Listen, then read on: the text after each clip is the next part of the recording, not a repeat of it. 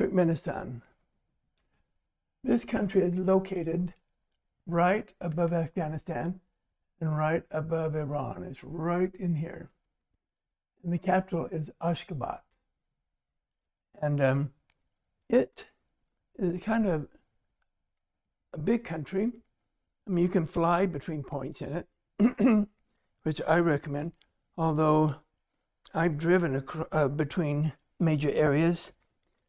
And in fact, one time I was going around the world, and I went out to Mashhad in Iran, and then we continued sort of a northeast type thing to the Turkmenistan border. For my Turkmenistan border, my guide and driver met me, and then we drove all the way to Ashgabat through towns and things, and it was nice scenery. It's nice, it's okay. But Ashgabat is very Russian. It's never really became totally, in my opinion, totally independent. I stayed in the best hotel there, whose name I can't remember, but it was just like a 1950s Moscow hotel. Like it's made of cement, concrete, and it's just drab. The interior walls were all cement, seemed like in the lounge and the restaurant area. But it's friendly. It's a nice town, and it is, well, you have to stay at least 2 days in. That means 3 nights. It may be a little boring, but there's a lot of things to say. Ron, I understand you want to say something about Ashgabat. Well, I read an article in, let's see, it's article in the Frugal Traveler's website that has, calls it the strangest city on earth. And it has these amazing pictures of giant monumental architecture, but there are no people. It's like a deserted ghost town. Was it like that when you were there? Yeah. And you saw those giant monumental buildings and yeah. sculptures? But you're very impressed with it. I just looked at it and thought, okay. I mean, it's very interesting. I mean, weird. You must look online and look at some of the pictures of the buildings in Ashgabat, because it is different. I mean, they're weird. And would you tell them why you think they say that it's that way? Some people say that this is the highest example of the kind of architecture that you get with authoritarian, regimes, totalitarian regimes. They like to make this this kind of thing, and very oftentimes they're deserted. They're like a ghost town, but they're huge and imposing, and that's what they intend. Yeah, not many people go to Turkmenistan, and if they do, they go to Ashgabat. But I will tell you, one of my favorite places in the entire Stan countries is in Turkmenistan. You go out to Merv. It's a town called Merv. I'm sorry, it's a town called Marie. I always get it mixed up because it's the middle of nowhere. Your guide picks you up at the airport and picks you up in Marie. I get them mixed up. Okay, that's the town. Okay, yeah. I always want to count Merv as the town and Maria as the ruin. But he picks you up in in Marie. Where did he pick you up? I've only been there twice. Yeah. He picks you up in the town of Marie, and you can do it as a day trip, round trip from Ashgabat. Now, it's the eastern part of the country. It's probably an hour jet ride. It's quite a ways. And he picks you up there. Another guy picks you there. One dropped you off in Ashgabat. And then he takes you out to Merv, M-E-R-V.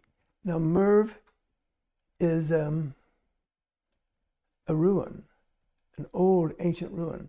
Now, the reason that I like Merv is because, let me show you here on this map. Oh, and you must look at pictures of it. I mean, no one's ever heard of it on the deathbed. All right, here.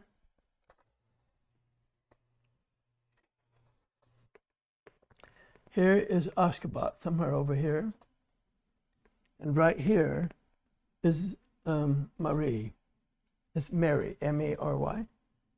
And right here is Merv. Merv is an interesting ruin because it has, I think, and they told me this, and I think they're probably right. They said this is where they invented the dome. They invented the dome. And they have several of their ruins that have domes, and you walk in, you look up, and there's a dome. Now, they're kind of primitive domes, but they're domes. You know, most of our domes are real smooth inside. And here they're sort of often a little jagged, like they put the bricks a little more in, a little more in, a little more in. And, but that's why you go there. And some of the ruins are very famous. I don't know how old, I can't remember how old Merv is, but it's very old. It's one of the oldest ruins out there in that part of the world. And that's why I go. But you can do a lot of things. How did you get from Ashgabat to there? You fly. Fly. You know, they have a little airlines. It's a jet, and they fly you there. And I flew out on the morning flight and flew back on the afternoon flight in time for dinner. Is it an expensive flight? I don't even remember. Yeah, I don't know how much it cost. To be honest with you, I didn't care because I wanted to see Marie, and I didn't want to have to drive. One time, I told you about, we would come from Mashhad in Iran and cross the border in the more eastern part, like sort of straight down from Marie, cross the border there and the change guides to go into another country. And then we drove all the way to Ashgabat. And that was about a 5-hour drive, as I recall. So it's quite a long ways. Did you plan that trip by yourself or with a tour company? Tour company. That was planned with Mir Corporation. They are fabulous with all this part of the world. They are the best. And yeah, but a lot of people go there. No, that's a lie. Nobody goes to Turkmenistan. I was the only tourist I saw. I was the only tourist that I saw in Marie. And at Merv turnaround, he and I, my guide, and I were it. And but it's interesting because I want to know where the dome was invented. And they said it was because it's so primitive looking on the inside that they could have put some cement or whatever and smoothed it out, you know, made it like a dome like we have, are used to. But they didn't. And much of that area is in ruins. The country is quite poor. It's very Russian. Very, very, very Russian. It's very strict. I mean, much more strict. More, I don't want to say formal because they don't dress any better than we do, but it is more formal. Just the whole feeling is that you don't have a lot of freedom, self-freedom. I mean, you can probably walk anywhere you want, but you don't feel like you want to. Just strict, and more strict. I think it's the most Russian of all stand countries, I think, and less westernized. You definitely have to go there, preferably end of April to 1st of June, like mid-September to October, because it can be very hot. And it's just better weather. But you won't see a lot of tourists there. Not a lot of people go there. In fact, the whole time I went out to the western part to do some hiking and stuff, and I never met another American. The entire maybe 8 days that I was there, 9 days, the first time I went. At my hotel, the second time, I did see an American couple, and we looked at each other thinking, what are you doing here? And so we ate together. And they were young. They're probably early 20s. No, well, not too early, maybe 25. And they decided they want to come to the Stand countries, and oddly enough, they called Mir Corporation, and they booked all the Stand countries, and they had the same feeling of Turkmenistan that I did. They said, you don't feel like you want to go out and wander around, do you?